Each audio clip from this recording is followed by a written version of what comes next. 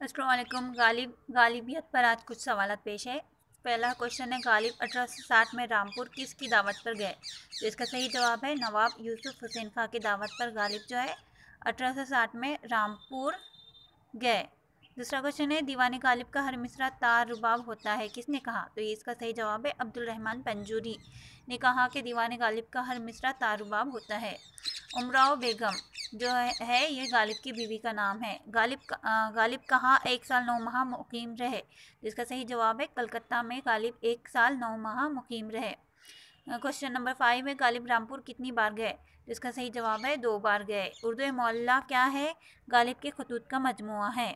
गालिब ने किसकी किताब में अमीर तैमूर के अहद से शहंशाह हुमायूं के ज़माने तक की तारीखी हालात लिखे हैं?